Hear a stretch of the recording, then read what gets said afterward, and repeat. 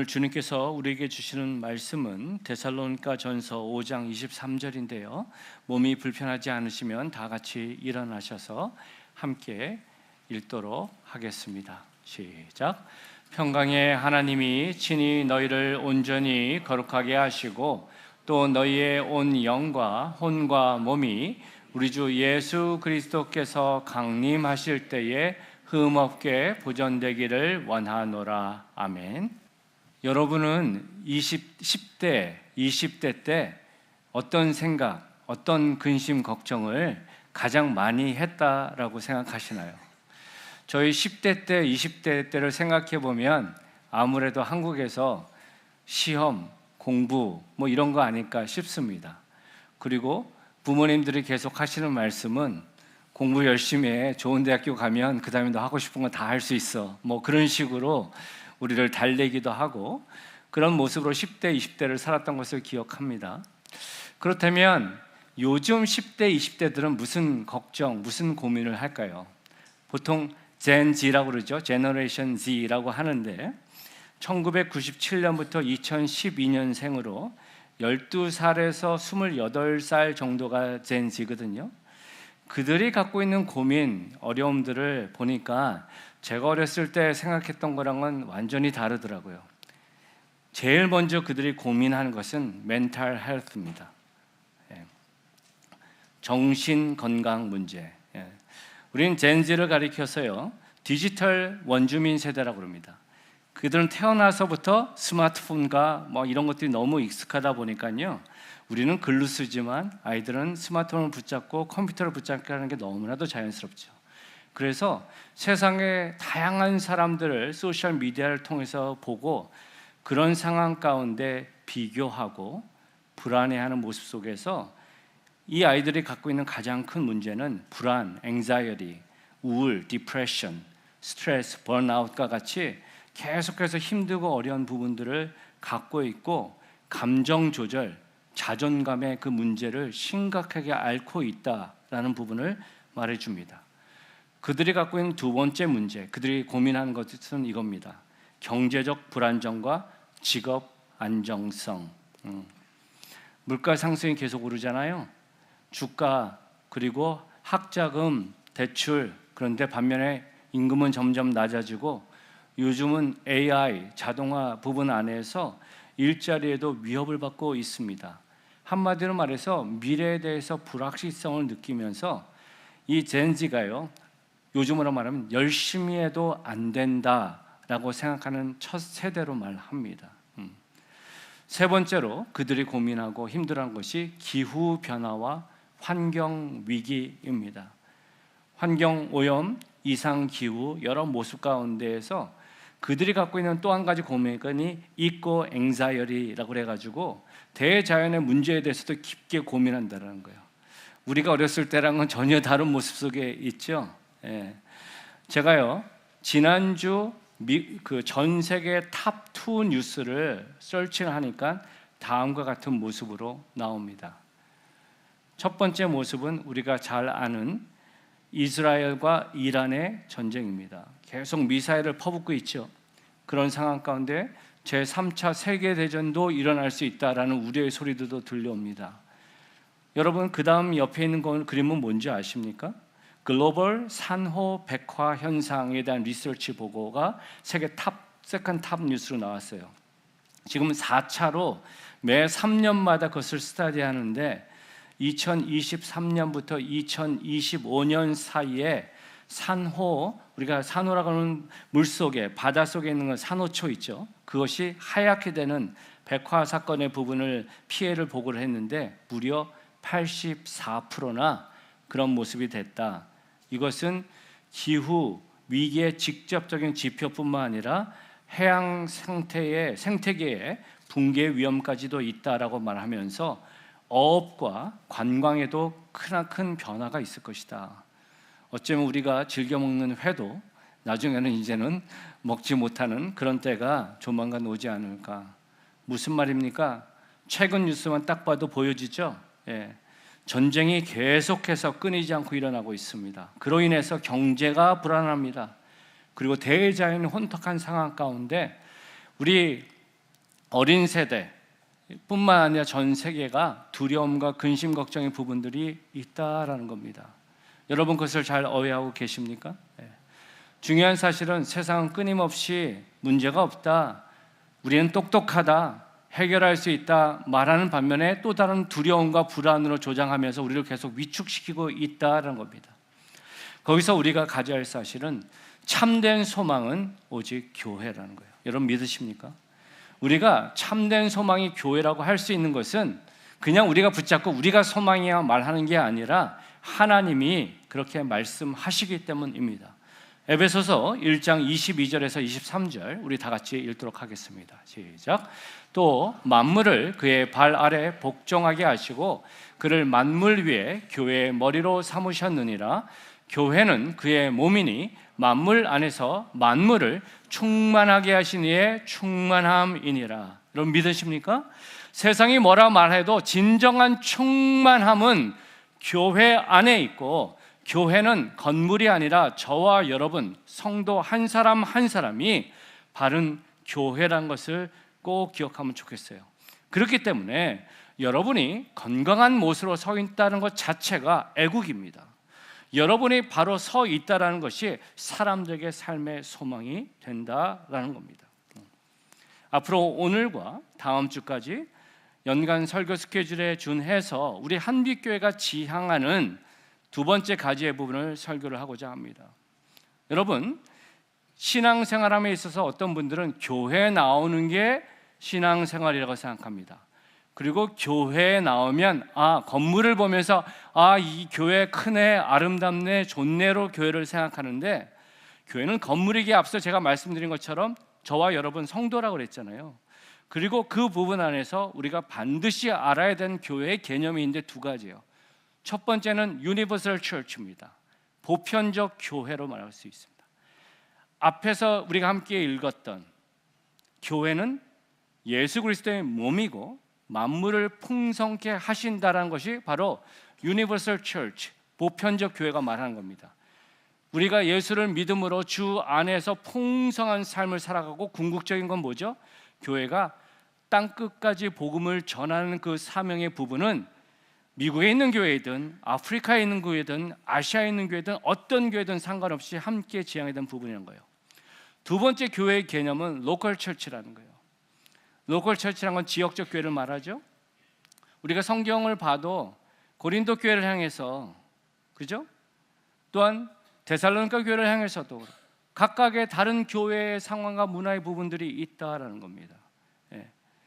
한빛교회는 보편적 교회, 글로벌 처치, 유니버설 처치의 부분은 있지만 로컬 처치로서 미국 샌디에고에 있으면서 우리에게 부르심의 사명이 있고, 여전히 우리 머저리티 우리 성도들은 코리안 아메리칸으로서 갖고 있는 성향과 문화를 갖고 있죠. 그리고 우리가 그 안에서 가져야 할 그림이 있다는 겁니다. 중요한 사실은 교회가 지금 이런 방향으로 가고 있구나, 내가 교회로서 어떻게 나갈 것인가를 바로 아는 것이 중요하고, 그것을 우리는 교회의 비전, 목적으로 이해를 하면서 Re6 Church라고 제가 몇 년째 계속하면서 아마도 그 텀은 여러분들이 많이 익숙할 겁니다. Re6 Church가 어디서 나왔죠? Re, 접두사죠. 다시라는 접두사. 여기서 말하는 접두사 다시는 성경적 개념으로 다시 돌아가자라는 부분이고, 6라는 넘버는 어디서 나왔냐면 생명체의 부분으로 나왔습니다. 생명하면 우리가 제일 먼저 떠오르는 이미지가 뭐죠? 물입니다. 그죠? 그래서 물의 입자를 봤었을 때 눈송이를 봐서 알 수 있듯이 6가지의 가지가 있고, 그런 개념 안에서 우리 성도 한 분 한 분이 우리 교회가 지향하는 부분을 함께 생각하며 나아가는 거죠. 그렇죠? 그래서 첫 번째 가지는 reach, 세가적으로 나아가는 겁니다. 두 번째는 re-identify, 건강한 정체성을 이루자. 세 번째 가지는 recapture, 섬김, 사역의 부분. 네 번째 가지는 revitalize, 그래서 우리가 함께 교육하고 나아가는 부분. 다섯 번째 가지는 recommission, 제자가 제자를 낳는 교회. re6, release해서 교회가 교회를 낳는 교회를 생각하면서 우리만의 교회가 아니라, 그리고 교회 건물 안에만 나가는 성도가 아니라 우리가 세상 속에서도 제자를 세우고 또 멀티플라잉하는, 배가하는 교회로 이뤄 나가자라는 그 부분을 우리가 계속해서 확인하고 있고, 건강한 교회로 나아가기 위해서 보통 얘기하는 것이 목사님들이 1년 설교에 적어도 3분의 1은 그것을 매번 확인을 해야 성도님들이 그것을 재확인한다 그러고, 우리가 이 부분 안에서 한빛교회의 가장 중요한 핵심의 부분인 두 번째 가지의 부분을 이번 주하고 다음 주에 다시 한번 리마인드 하는 것입니다. 제가 한빛교회의 가족으로서 또 한빛교회를 섬기는 목회자로서 목사님은 어떤 한빛교회, 어떤 목적, 어떤 방향을 생각하십니까? 목회 방침이 무엇입니까? 라고 물어보신다면 전 심플하게 두 가지 부분을 말하고 싶어요. 첫 번째는 후회 없는 인생, 두 번째는 가치 있는 인생. 우리가 알아야 할 사실은 저와 여러분 우리 모두가 열심히 공부하고 잘 살려고 하면서 나름대로의 성공관이 있어요. 그죠? 어떤 분들은 유명해지는 것, 어떤 분들은 귀하게 쓰임받는 것, 원하는 것을 얻는 것, 아니면 인생을 즐기는 것, 그런 부분 안에서 삶의 목적을 갖고 있잖아요. 그게 나쁘지 않아요. 그런데 중요한 사실은 그 기준으로 본다면 unfair해요.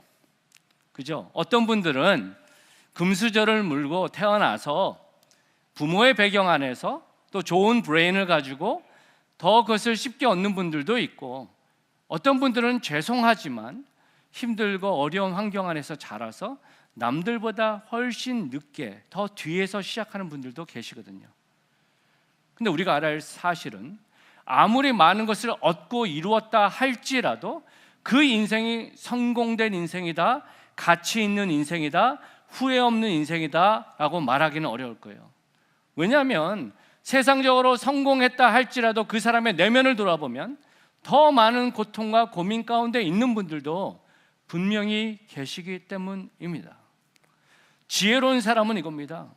뭐가 중요한지를 바로 알고 그 가치를 따라 나아가는 것이고, 그것을 위해 저와 여러분들이 필요한 것은 얼마나 더 빨리, 얼마나 더 열심을 다해야 하는 것인가에 앞서 디렉션, 방향이 어떻게 자 있는가가 중요해요. 그렇지 않으면 어떻죠? 나름대로 열심히 갔는데 그게 아니요, 그러면 더 많이 돌아와야 되기 때문입니다. 놀라운 사실은 금수저로 태어났든 흙수저로 태어났든 주 안에서 저와 여러분은 가치 있는 인생으로 살 수 있다는 겁니다. 믿으십니까? 그것을 바로 붙잡고 신앙생활을 해야 돼요. 요한계시록 21장 4절입니다. 우리 다 같이 읽습니다. 시작. 모든 눈물을 그 눈에서 닦아주시니 다시는 사망이 없고 애통하는 것이나 곡하는 것이나 아픈 것이 다시 있지 아니하리니 처음 것들이 다 지나갔음이러라. 아멘. 네, 이 말씀을 주로 언제 사용할까요? 자주 이 본문을 사용한 것이 제가 장례식 때 많이 설교 때 사용합니다. 힘든 인생 잘 마쳤습니다. 더 좋은 곳에 계십니다. 그런데 지혜로운 사람은요, 그것을 더 일찍 깨닫고 그것을 향해 달려가는 것입니다. 저와 여러분이 반드시 기억해야 할 사실은요, 이 땅의 인생은 끝이 있다라는 거예요. 아무리 몸 관리를 잘 해도요, 100세까지 살면 참 잘 사신 거죠. 중요한 것은 영원한 시간이 있다라는 거예요.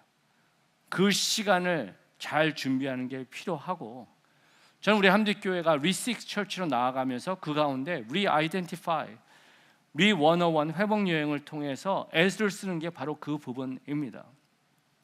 올해부터는 봄 학기뿐만 아니라 가을 학기에도 리101 회복 여행 리커버리 저니가 오픈됩니다. 특별히 가을 학기는 영어권을 위해서입니다. 잉글리시 스피킹을 위해서 여러분들이 영어권 여러분들이나 아니면 여러분의 자녀들을 위해서도 교회가 오픈을 하면서 애를 쓰고 있는 이유가 바로 너무나도 중요한 부분이기 때문에 그래요. 여러분, 요즘은 조금 나아졌는데요, 그래도 저희 교회는 그래도 좀 괜찮아요. 근데 좀 더 고전적이고 전통적인 교회에서 이런 부분을 얘기를 하잖아요. 회복을 얘기하고 건강한 정체성의 부분들을 얘기하면 그분들의 눈빛이나 아니면 대놓고 질문한 분들도 있어요. 목사님, 복음이면 된 거 아닙니까? 네, 그걸로 우리가 은혜 받은 거 아닙니까? 라는 질문을 하시는 분들이 있고, 또 다른 질문 중에 하나는 건강한 정체성이라고 하면서 자기를 돌아보려는 것은 자신의 과거를, 자신의 삶을 돌아보는 거잖아요. 근데 그거 긁어부스럼 만드는 거 아닙니까?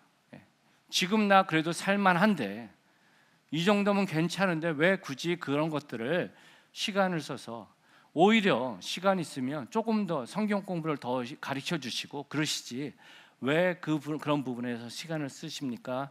라는 질문을 한 분들이 계세요. 그런데 여러분, 한번 제가 질문을 드릴게요. 여러분 자신에게나 주변을 한번 생각하면서 제가 드린 질문에 대해서 한번 생각해 보세요. 보통 신앙생활 할 때 뜨거운 은혜의 감격으로 눈물을 흘리며 신앙생활 할 때가 분명히 우리 안에 있었습니다. 그런데 그런 눈물과 은혜의 감격들을 더 풍성하게 이루는 분들은 생각보다 많지 않고, 오히려 어느 순간 지나면 신앙이 소원해지고 냉랭해지고 그냥 교회에 나오는 모습으로 변하는 것들, 주변에 여러분 아주 뜸하게 보시나요? 자주 보시나요? 교회와 세상을 비교해 봤을 때 교회가 세상보다 돈의 문제나 때로는 불륜의 문제나 때로는 리더십 안에 싸우는 문제나 이런 것들이 우리가 복음을 받았기 때문에 다 아무 문제 없이 다 순탄하게 세상과 다른 모습으로 있나요? 저는 확신합니다. 그래도 교회가 세상보다 낫습니다. 하지만 확실한 부분은 여전히 복음이 우리 안에 있다 하지만 우리는 자연스럽게 세상의 모습들을 갖고 있다는 겁니다. 이것은 복음의 문제가 있는 것이 아닙니다. 복음이 약발이 떨어져서 그런 게 아니라는 거예요. 더 중요한 건 뭐냐면 첫 단추가 제대로 안 맺어 있어야 돼요. 기초가 단단하지 않기 때문에 그래요. 그렇기 때문에 처음에는 은혜 받은 것 같은데 어느 순간 기초가 쉐이크하니까 결국은 예전의 자신의 모습이나 종교적인 모습으로 바뀌어진다는 겁니다. 제가 아까 설교를 시작하면서 그런 말씀드렸잖아요. 바른 목표를 향해서 잘 달려가는 것이 중요하다고 그랬죠. 그 부분에서 우리가 기억해야 할 사실은 이거예요. 내가 어디를 가야 돼요. 지도가 내 손에 있어요. 그 지도는 명확해요. 근데 그 지도를 잘 사용하기 위해서는 전제 조건이 있어요. 그것은 뭐냐면 그 지도 안에 내가 어디에 있는지를 알아야 된다는 거예요. 그죠? 내가 어디에 있는지를 알아야 목표를 해서 갈 수가 있어요. 건강한 정체성이 중요하다, re-identify 해야 된다는 포인트가 그거예요. 우리는 자꾸 신앙생활하면서 예수를 믿으면서 좋은 정체성으로 생각해요. 그게 뭐예요? 사람들이 생각하기에 괜찮은 인간, 사람들이 봤을 때 인정받을 수 있는 모습, 아름다운 모습, 은혜를 받았다면 변화된 모습. 물론 그것이 우리가 가야 되는 궁극적인 모습이지만 내가 아직 그것을 위해 점검해야 될 그것을 하지 못하면 처음에는 은혜 받은 것 같은데 점점 어때요? 내가 받은 믿음과 내가 아는 것과 삶으로 살아가는 것에 점점 더 괴리가 생기는 거예요. 그래서 교회에 나와서는 문제없는 사람처럼, 은혜 받은 사람처럼 하고, 나를 모르는 장소에 가서는 세상 사람들과 별반 차이 없는 그런 모습으로 가는 게 우리 안에 있다라는 겁니다. 저와 여러분이 건강한 정체성을 갖는다라는 핵심은 이겁니다. 다 내려놓는 겁니다. 내 외모, 내 능력, 내 학벌, 내 집안 배경, 그것들을 다 내려놔서 벌거벗은 나의 모습으로 서 있어도 Am I okay? 할 수 있는 질문을 던질 수 있어야 돼요. 만약에 여러 다양한 것들을 다 포장해서 그것이 나라고 하게 되면 매 순간 힘들 때마다 그게 쉐이키 될 수밖에 없어요. 자신의 그런 모습을 보는 것은 고통스러워요. 여러분들은 짐에 가시면 보통 운동을 열심히 해서 머슬을 잘 빌드업하신 분들은 보면 어떻죠? 자신의 그 근육들이 다 드러나게 해가지고 하잖아요. 근데 처음 시작하시는 분들은 어떻죠? 트렁크같이 이렇게 된 걸 입고 하잖아요. 이유는 뭡니까? 그런 나를 볼 수가 없어서.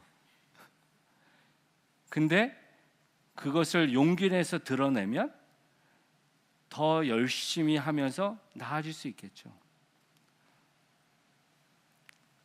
놀라운 비밀은 세상 사람들은 자기 방식으로 그걸 해결하려고 그러지만 우리는 복음이 있고 그 복음 안에서 그것을 주님 앞에 내려놓을 때 힘있게 설 수 있다라는 겁니다. 저와 여러분이 그 열심히 그 수고가 힘있게 서기 위해서는 내가 내 상태가 어디에 있는지를 먼저 보는 것이 중요합니다.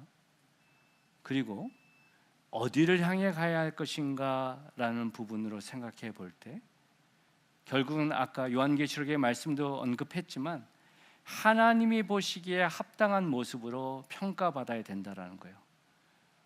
그리고 성경은 66권으로 되어 있지만 총 31,102절 가운데 불과 몇 절만이 하나님이 스테인먼으로 정확하게 명령하고 계세요. 지혜로운 사람은 어떻죠? 다른 말씀들은 잘 모르고 그래도 그 명령하신 것도 내가 잘 살아가고자 하는 것, 그것이 공부를 잘하는 학생과 공부를 덜 잘하는 학생의 차이인 것 같아요. 공부를 잘하는 학생은 선생님이 말하는 것들을 딱 캐치해서 하는데 저는 좀 둔해가지고 딴 데다가 시간을 많이 썼는데 여러분들은 그러지 않았으면 좋겠어요. 하나님이 명령하신 말씀 마태복음 22장 37절에서 40절인데 우리 다 같이 한 목소리로 읽겠습니다. 시작.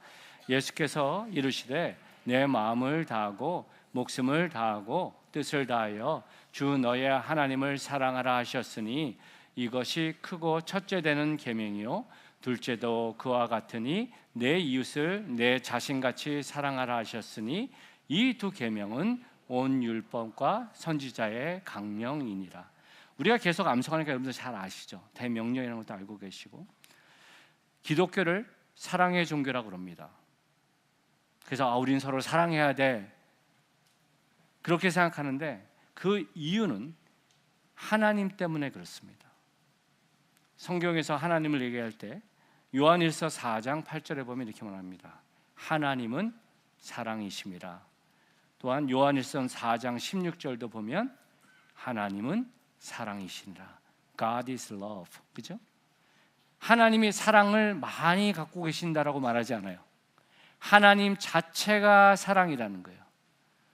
저와 여러분이 온전한 사랑을 이루어 나아가고 그것을 주님 앞에 바른 평가를 받기 위해서 우리에게 필요한 것은 내가 싫은 사람은 어떠한 모습이든 용납해야 돼. 이것에 앞서서 사랑이신 주님 앞에 내가 나아갈 때 그것이 풍성한 모습으로 서 나아갈 수 있고 그것이 궁극적으로 열매 맺는 교회로 나간다는 확신이 있습니다. 그리고 저희 교회가 그 리101 회복여행에 열심을 내는 이유가 바로 그것입니다. 기억하십시오. 우리 모두는 다릅니다.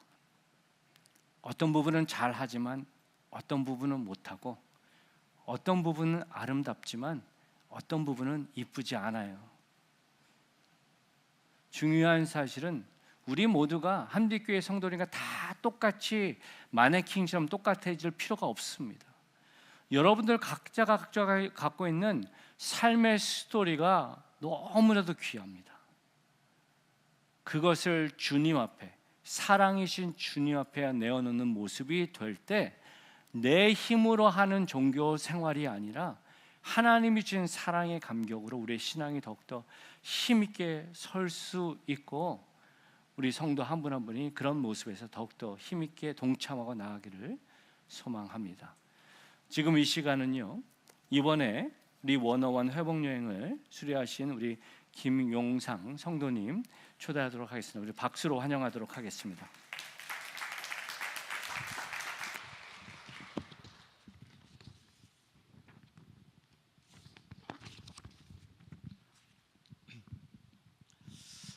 안녕하세요. 저는 작년 9월부터 회사의 1년 해외 연수 프로그램으로 샌디에고에 거주하고 있고 오는 9월에 다시 한국으로 돌아갈 예정인 김용상이라고 합니다. 제가 아리 101 회복여행 기획문 발표를 하게 되었다는 연락을 받았을 때 솔직히 저는 회복여행을 함께한 다른 많은 성도님들에 비해 대단한 변화를 겪은 것도 아니고 저희 가정의 연약한 모습을 많은 분들 앞에서 나눠야 한다는 점에 부담감도 들었습니다. 무엇보다 한빛교회에 1년 잠시 머무는 사람인데 이런 귀한 자리에 제가 서도 되는지 민망하고 죄송한 마음이 먼저 들었습니다. 다만 저처럼 하나님 안에 살고 싶지만 날마다 넘어지고 그런 자신의 모습에 괴로워하는 분이 계시다면 조금이라도 위로와 격려가 되길 바라는 마음으로 또 이 시간을 통해 하나님께서 저희 가정에 변화의 역사를 시작하실 것을 기대하는 마음으로 그리고 마지막으로 이제 2달만 눈 딱 감고 버티면 한국으로 돌아가 자연스럽게 잊혀질 수 있겠지 하는 얄팍한 마음으로 용기를 내어 이 자리에 섰습니다. 미국에 오기 전까지 저는 겉모양은 신실한 크리스천이었지만 속은 누구보다 부끄러운 죄로 가득한 사람이었습니다. 번듯한 직장, 사랑스러운 5살 딸, 능력 있고 헌신적인 아내를 둔 40대 가장으로 겉보기엔 성공적인 삶을 살고 있는 듯 보였지만 회사에서는 거의 매일 야근을 하느라 자정을 넘겨 퇴근했고 집에 와서는 아내가 직장 생활을 하며 힘들게 해놓은 집안일에 사사건건 트집을 잡고 잔소리를 해댔습니다. 주말에 간신히 시간을 내 딸아이와 놀아주다가도 어린아이가 부리는 투정을 참지 못하고 버럭 화를 내곤 했습니다. 특히나 아내와의 관계에 많은 어려움이 있었습니다. 다른 사람에게는 할 수 있거든 너희로서는 모든 사람과 더불어 화목하라라는 말씀을 금과 옥조로 여기며 늘 좋은 게 좋은 것이라는 태도로 싫은 소리 한번 하지 못했지만 아내에게는 늘 공격적이고 비난 섞인 말투로 상처를 주는 일이 잦았습니다. 주변 사람들은 1년의 해외 연수를 모두 부러워했지만 아내는 아무 연고도 없는 미국 땅에서 저와 함께 지내는 것이 부담스러워 이 기회를 달가워하지 않을 정도였습니다. 어렸을 때부터 습관처럼 교회를 다니다가 20여 년 전 어느 찬양 집회에서 은혜로 예수님을 인격적으로 만나게 되었고 이후 한동안은 기도와 말씀, 전도에도 열심히 했던 때가 있었습니다. 하지만 회사 생활로 바쁘다는 핑계로 기도의 시간은 점점 줄어들었고 특히 코로나 시기 온라인 예배에 익숙해지면서 영적으로 메말라 갔습니다. 신앙, 건강, 가족관계 모두 최악으로 치닫고 있었습니다. 그러던 중 미국에 오게 되었고 한빛교회에 등록하면서 등대지기님의 권유로 아리 101 회복여행을 시작하게 되었습니다. 이 여정을 통해 제 안에 지나친 인정 욕구, 완벽주의 성향, 하나님의 사랑보다 사람의 사랑과 인정을 더욱 갈망하는 마음을 마주하게 되었습니다. 이러한 비뚤어진 욕구들과 그에 따른 불만족은 정죄감과 자기 비하, 두려움으로 이어져 하나님과의 관계를 더욱 멀어지게 했고 때때로 부정적인 감정이 올라올 때마다 그것을 해결할 방법을 찾지 못한 채 가족에게 거칠게 쏟아내는 제 모습을 객관적으로 바라보게 되었습니다. 세상은 제게 말했습니다. 너는 원래 그런 사람이야. 그건 어쩔 수 없어. 고칠 수 없다는 걸 인정해. 그러나 아린 101 회복여행은 저의 왜곡된 자아를 그대로 마주하게 하면서도 그것이 하나님께서 창조하신 본래의 모습과는 다르다는 사실을 일깨워 주었습니다. 원수는 너의 반응은 어쩔 수 없는 거야. 그걸 받아주지 않는 상대가 문제야 라고 속삭였지만 하나님은 제가 하나님의 형상대로 지어진 존재임을 기억하게 하시고 하나님과의 관계가 회복될 때 지금처럼 반응하지 않을 수 있는 힘이 제게 있다는 점을 깨닫게 하셨습니다. 하나님께 초점을 맞추고 날마다 말씀을 깊이 묵상하는 것이 회복의 지름길이자 유일한 길임을 배웠고 또한 이 모든 회복의 과정 속에서 하나님께서 무한한 사랑과 인내의 눈빛으로 저를 기다리고 계신다는 사실도 다시 깨닫게 되었습니다. 솔직히 고백하자면 수요일 밤 회복여행 강의를 듣고 온 당일에 제 기분대로 아내와 아이에게 화를 낸 적도 있었습니다. 아내는 도대체 회복여행 가서 뭘 배우길래 거기 다녀오면 오히려 더 그러냐라고 말하기도 했습니다. 그럴 때마다 저는 나는 어쩔 수 없는 사람이다, 희망이 없다는 생각에 절망했습니다.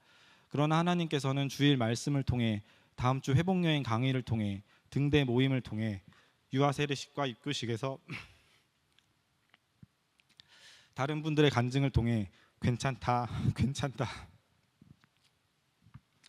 그럼에도 불구하고 너를 사랑한다라고 말씀해 주셨습니다.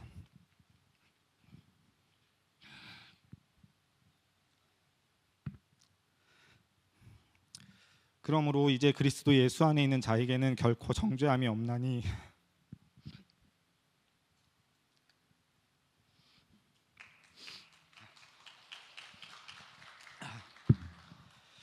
이는 그리스도 예수 안에 있는 생명의 성령의 법이 죄와 사망의 법에서 너를 해방하였습니다. 율법이 육신으로 말미암아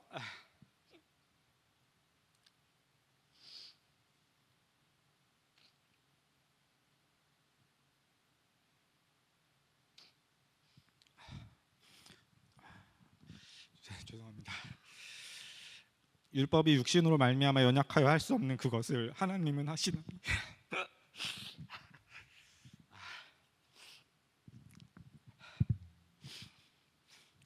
로마서 말씀으로 날마다 때마다 위로해 주셨습니다. 이제 말씀을 읽는 습관을 들이겠다고 다짐하지만 아직도 말씀을 읽지 않는 습관이 너무도 강합니다. 여전히 시간이 나면 유튜브 앱을 먼저 켜고 말씀 묵상은 할 수 있는 한 나중으로 미루곤 합니다. 그래서 아직 완벽하게 회복되었다고는 말씀드릴 수 없습니다. 자신이 변하였는지는 주변 사람들에게 물어봐야 한다고 하셔서 며칠 전 아내에게 회복력이 다 끝났는데 나 좀 변한 것 같아 라고 물어봤는데 아직 잘 모르겠는데 라는 답을 들어 부끄러웠습니다. 그래도 저는 포기하지 않으려고 합니다. 날마다 하나님 말씀에 푹 젖어 살기를 소망하고 성령님께서 도와주실 것을 확신합니다. 넘어질 때마다 다시 일어서고 하나님께로 돌아오는 삶을 반복할 것입니다. 아내와 아이에게 진심으로 사과하고 제 아내 회복이 아내에게도 흘러가 그 마음속 깊은 곳의 상처가 완전히 치유되기를 기도합니다. 이제는 때때로 기도하는 삶이 아니라 온 세상의 중심이 하나님이심을 고백하며 내 인생의 중심을 온전히 하나님께 내어드리는 삶을 살기를 다짐합니다. 나의 열심이 아니라 하나님의 열심을 믿으며 나를 향한 하나님의 새 언약을 바라보며 살아가겠습니다. 감사합니다.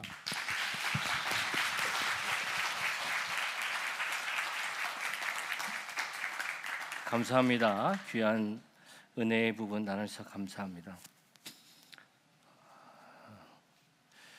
우리가 신앙생활을 하면서 꼭 기억했으면 좋겠는 것은 신앙은 내 열심, 내 의를 넘어 하나님이 하시는 겁니다. 이런 표현이 있잖아. It's not about me, it's all about God. 그죠? 하나님 앞에 내가 그것을 바로 기억하며 나아갈 때 주님께서 그것을 이루어 나갑니다. 핵심은 뭐냐면 회복은요 완성이 없습니다. 우리가 주님 앞에 서는 날까지 가야 되는 부분입니다. 그런데 우리 김용상 성도님께서 하신 아름다운 고백은 나는 어떻게 해요? 끝까지 갈 것이다. 그게 하나님 아들, 그것이 하나님 딸의 모습입니다. 세상은 말합니다. 나는 어쩔 수 없었다고. 그런데 하나님의 백성은 주님을 바라보면서 선한 결단을 합니다. 바라기는 저와 여러분이 그러한 모습으로 나아가면 참 좋겠어요. 저희가 리시스 철치로 나가면서 중요한 가지인 리101, 리아이덴티파이를 하면서 보는 말씀이 대명령인 마태복음 22장과 더불어서 오늘 함께 읽으신 말씀입니다. 데살로니가전서 5장 23절인데 이렇게 말하시죠. 평강의 하나님이 친히 너희를 온전히 거룩하게 하시고 또 너희의 온 영과 혼과 몸이 우리 주 예수 그리스도께서 강림하실 때에 흠없게 보존되기를 원하노라. 데살로니가 교회를 향한 바울의 기도입니다. 데살로니가 교회가 갖고 있는 가장 큰 문제는 뭐냐면 말세다, 그리고 예수님이 다시 오실 것이다 라는 부분 안에서 잘못된 말세론과 잘못된 예수님의 다시 오심을 생각하면서 어떤 사람은 그냥 어떻게 살아도 상관없어, 예수님이 오실 거니까, 그리고 내가 예수를 믿으니까 나는 구원받을 거야 정도로 막연하게 신앙생활하는 사람들이 꽤 많았고, 바울은 말한 겁니다. 이 세 가지가 잘 밸런스가 있어야 돼. 그래야 너희들이 예수님 오실 때까지 온전한 모습으로 쓸 거야 라고 말하는 거예요. 그런데 여러분, 우리가 조금만 돌아보면 앞에서 제가 언급드린 것처럼 믿음에 대해서, 복음에 대해서 되게 편향적으로 있는 모습이 우리 안에 있는데 너무나도 그게 익숙하다는 것을 발견할 수 있어요. 여러분은 보통 그 형제, 그 자매 믿음이 좋아, 그러면 어떻게 생각하시죠? 주일 성수 잘해, 헌금 생활 잘하고, 또 봉사도 잘하고, 교회 일에 열심히야, 그러면 믿음이 좋아, 보통 그렇게 얘기하잖아요. 물론 그 모습이 믿음이 좋은 모습입니다. 그런데 그럼에도 불구하고 기도도 열심히 하고 여러 가지 모습에서 부족함이 없는 것 같은데 막상 그 분을 보면 그분이 하는 곳곳마다 자꾸 문제가 일어나는 분들이 있어요. 이상하게 그분이 섬기는 사역에 되면 사람들이 자꾸 부딪히고 찢어지고 아파하고, 또 그분이 웃고 말 자체는 되게 부드러운데 지나고 나서 보면은 되게 그것이 마음에 남아서 되게 불편하고 힘들게 하는 분들이 계십니다. 어떤 분은 그런 말 합니다. 예수를 믿었는데 저 정도면 예전에 어떻겠냐고. 그렇게 말하는 분들도 계시는데 그걸로 다 설명되지는 않아요. 우리가 바로 알아야 할 사실은 지금 바울이 지적하는 부분 안에서 뭔가 우리가 중요한 게 미싱됐다는 거예요. 그리고 그것이 우리가 회복 여행하는 목적입니다. 우리가 온전해지기 위해서 세 가지 부분이 필요하다고 그랬죠. 첫 번째가 너의 영과 혼과 너의 몸이, 그죠? 주님 오실 때까지 온전하게 되기를 원하노라 했잖아요. 여러분, 영이 뭡니까? Spirit. 영은요, 하나님께서 사람에게만 주신 특별한 겁니다. 영은 하나님을 인지하고 경험할 수 있는 인간만이 갖고 있는 가장 최상의 부분입니다. 창세기 1장 27절을 보면 이렇게 말합니다. 하나님이 자기 형상, 곧 하나님의 형상대로 사람을 창조하시되 남자와 여자를 창조하셨다. 하나님의 형상대로 창조했다는 게 무슨 뜻일까요? 눈, 코, 입 그런 모습으로 말한 건가요? 그런 부분도 이해할 수 있죠. 하지만 더 깊은 의미가 거기에 있습니다. 신학자 데이비드 플랫은요 이렇게 말합니다. 사람을 하나님의 형상으로 창조하셨다는 것은 하나님과 관계를 맺고 교제하며 걸어갈 수 있도록 창조된 존재임을 밝힌다. 하나님이 사람을 당신의 형상으로 만드셨다는 것은 뭐예요? 하나님이 사람과 소통할 수 있도록, 대화할 수 있도록 이루셨다라는 겁니다.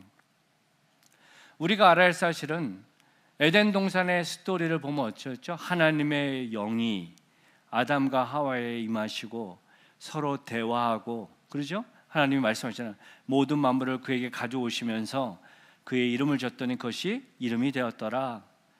에덴 동산뿐만 아니라 그들이 에덴 동산에 쫓겨났을 때도 가인이 동생을 향해서 분노했을 때 하나님이 뭐라고 하십니까? 네 마음을 다스려라. 여러분, 이것은요 우리가 보통 기도를 하다가 주시는 감동이 아니에요. 이것은 하나님과 온전히 커뮤니케이트하는 그런 모습이었다라는 겁니다. 그런데 우리가 이 땅을 살아가면서 그런 하나님의 음성을 직통계시라고 그러면서 듣고 그런 모습도 있는 분들 되게 이상하게 보잖아요. 되게 희귀해요. 이유는 뭘까요? 죄가 그렇게 만들었다는 겁니다. 가인이 동생 아벨을 죽였을 때 그 하나님의 진노 벌이 7배라고 그랬습니다. 그의 후손 라멕이 또한 이웃을 죽였을 때는 77배나 하나님의 저주가 있는 거예요. 인류의 역사가 계속 반복이 되면서 살인과 범죄 가운데 모든 인류는 하나님이 창조하신 가장 중요한 스피릿, 영이 죽은 겁니다. 에베소서 2장 1절을 보면 이렇게 말합니다. 그는 허물과 죄로 죽었던 너희를 살리셨도다. 십자가의 은혜로 너희는 과거에요 이미 죽었던, 죽어가는이 아니라 죽었던이라는 뜻은 뭐예요? 죽었다는 거예요. 근데 우리는 살아 있잖아요. 그럼 뭐가 죽었다는 거예요? 스피릿, 영이 죽었다는 거예요. 여러분 주변에 보면 하나님을 안 믿는 사람, 하나님을 왜곡하는 사람들 주변에 많이 있잖아요. 멀쩡히 살아 있잖아요. 근데 영이 죽은 겁니다. 영이 죽었으니까 하나님의 임재에, 하나님의 살아계심을 반응할 수가 없고 왜곡하고 자기 생각대로 만들어가는 겁니다. 교회가 하나님의 영을 바로 이해할 수 있도록 말씀과 기도로 교육하는 부분이 그런 겁니다. 더 깊은 교제로 나아갈 수 있도록 그것이 온전해져야 된다. 또 말씀하시는 온전한 부분에서 지금 육을 얘기하잖아요. 육은 굳이 설명할 필요가 없잖아요. 육이 온전해야지 우리가 잘 살잖아요. 여러분 믿음이 좋으면 건강에 문제가 없나요? 그렇지 않잖아요. 믿음이 좋으신 분들 중에서도 여러 다양한 병들로 고통받는 분들이 있습니다. 어떤 분들은 꼭 그것이 믿음이 약해서 그런 것처럼 치부하는 분들이 있는데 그것은 되게 위험한 겁니다. 우리 모두는 죄와 불안전한 세상에서 살면서 원하든 원하지 않든 부모로부터 약한 DNA 부분 안에서 몸이 약한 부분이 있을 수 있고, 그것이 우리가 이 땅을 살아가면서 함께 품고 가야 되는 부분이란 거예요. 중요한 사실은 내가 신앙심이 좋으니까 모든 게 다 나아질 거라는 것은 무지한 거예요. 관리를 해야 돼요. 좋은 음식을 먹고 운동을 하고 하는 것들이 필요해요. 핵심은 뭐냐? 지금 말씀드렸던 영과 육은 확실해요. 영이 보이진 않지만 그가 하는 말의 태도를 통해서 그 영이 살아있는지 죽어있는지 알 수 있잖아요. 그죠?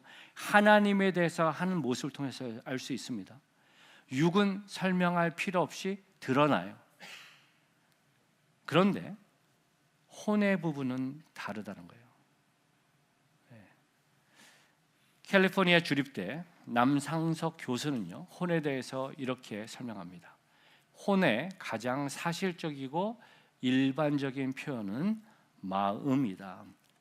우리 마음, 지식, 감정, 의지, 그런 부분에서 마음이 있다라는 거 알죠? 마음이 있다라는 걸 아는데 마음을 꺼내서 보여줄 수 있어요? 안 보입니다. 그렇기 때문에 마음을 바로 점검하고 나가기가 쉽지 않아요. 영과 육에 비해서.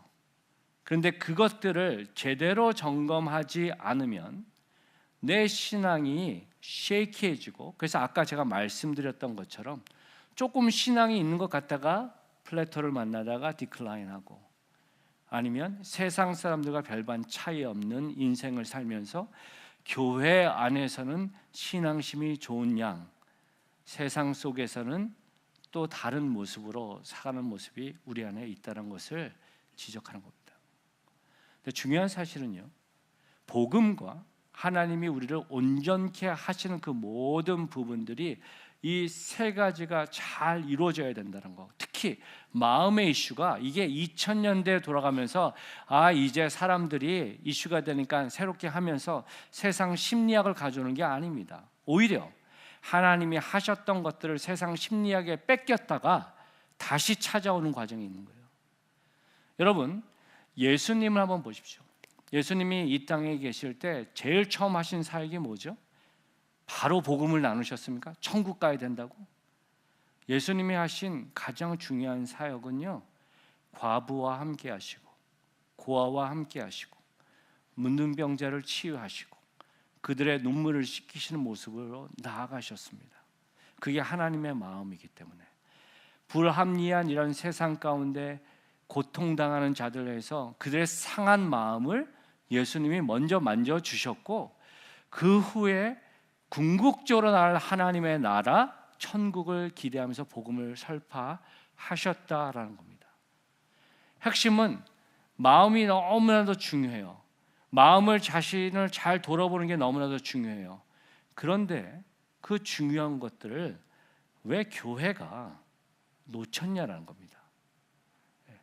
그것이 그동안 잘 프랙티스가 됐으면 우리가 밸런스 있게 했을 텐데 왜 그렇게 됐느냐? 두 가지 이유를 찾을 수 있어요.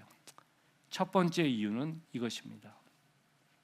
예수님이 곧 다시 오실 것이라는 믿음 때문에 그렇게 됐어요.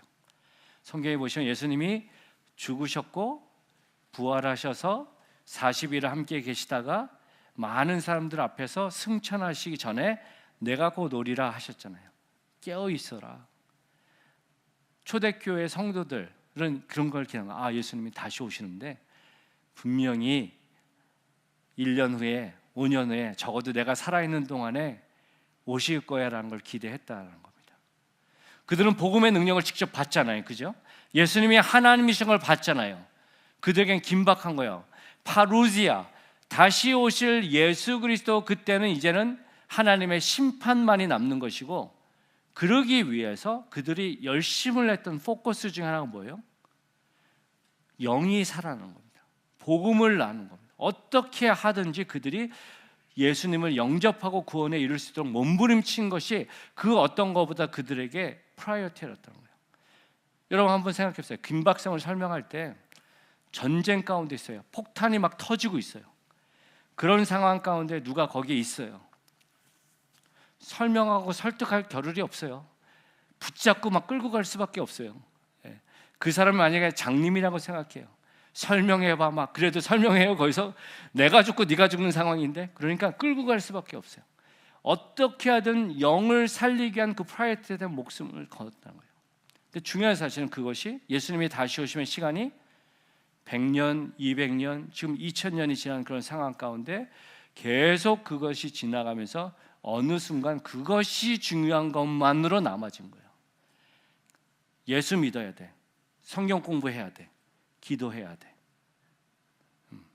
그 과정 안에서 나온 두 번째 문제가 바로 이것입니다.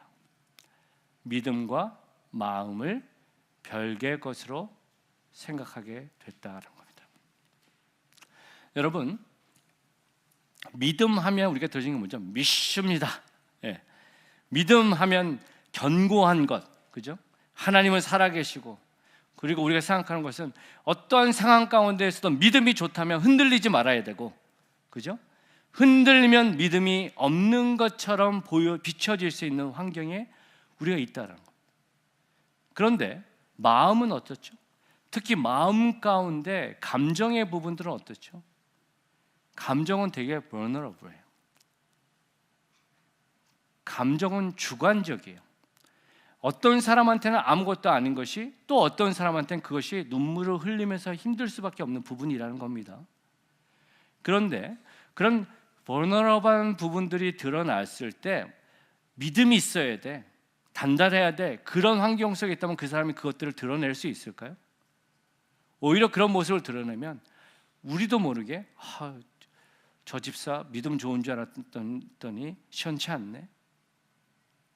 그런 모습들이 왕왕 있고, 안타까운 사실은 그렇기 때문에 교회가 가장 안전한 장소에서 교회가 것을 함께 나누면서 서로의 연약함을 이해하는 모습들이 돼야 할 텐데, 오히려 교회에서는 아무 문제 없는 척, 문제가 있으면 좀 숨었다가 조금 내가 나름대로 좀 괜찮아졌다 싶으면 다시 와서, 그리고 오히려 세상에서 세상 친구들과 아니면 주님이 아닌 또 다른 주님을 마시면서 내 방식으로 풀어나가는 그 모습이 우리 안에 있고, 또 그것이 계속 나를 정죄하면서 우리의 신앙이 조금씩 좀 먹는다라는 겁니다.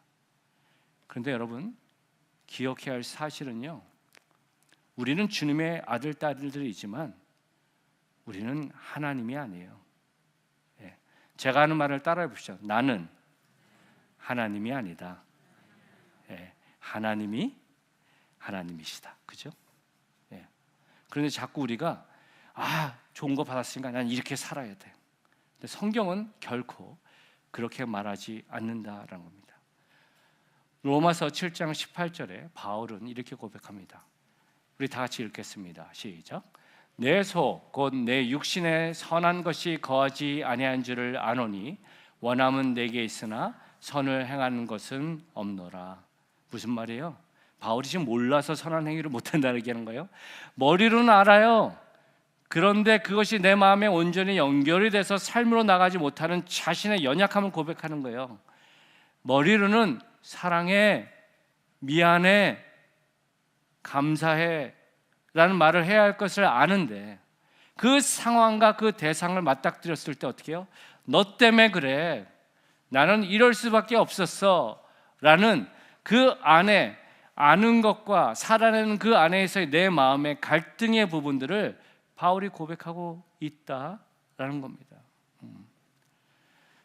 저와 여러분이 이 부분을 바로 알아야 돼요. 신앙을 온전히 일어난 것, 즉 내가 주님 오시는 그날까지 온전하길 원하노라, 이 단어 결국은 sanctification, 성화를 말하는 겁니다.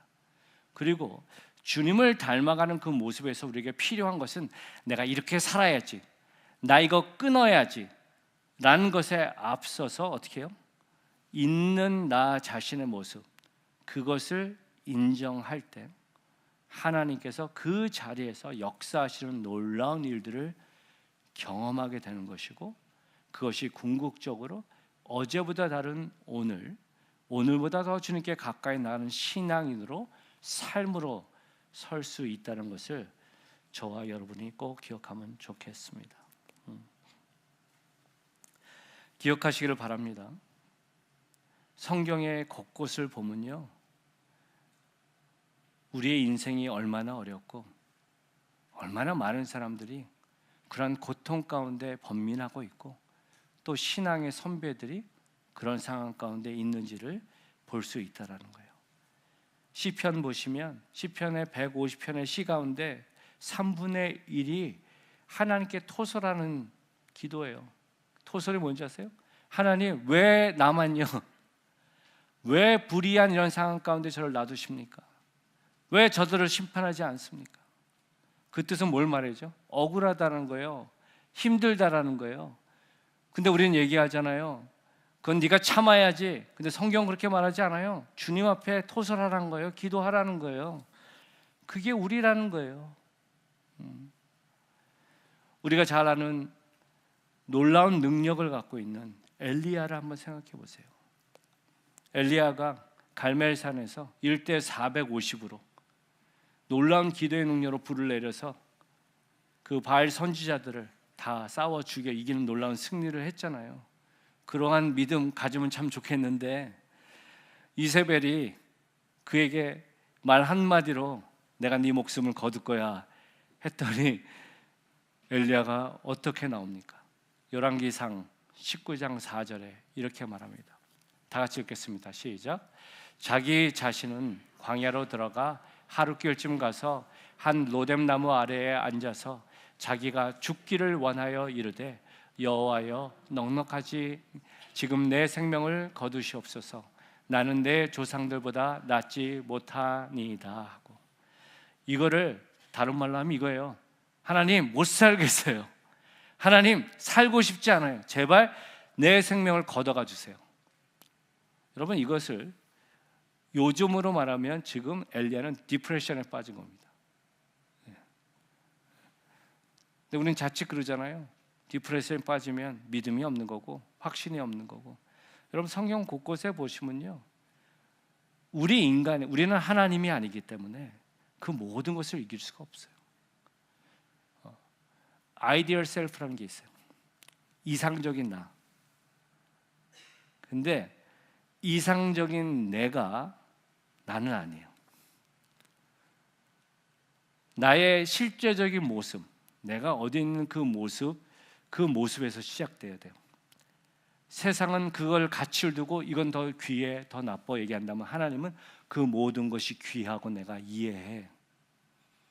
놀라운 비밀은 그것을 내가 주님 앞에 내려놓을 때 내 열심으로 붙잡고 나가는 신앙이 아니라 하나님 안에서 자유하게 이루어져 나갑니다.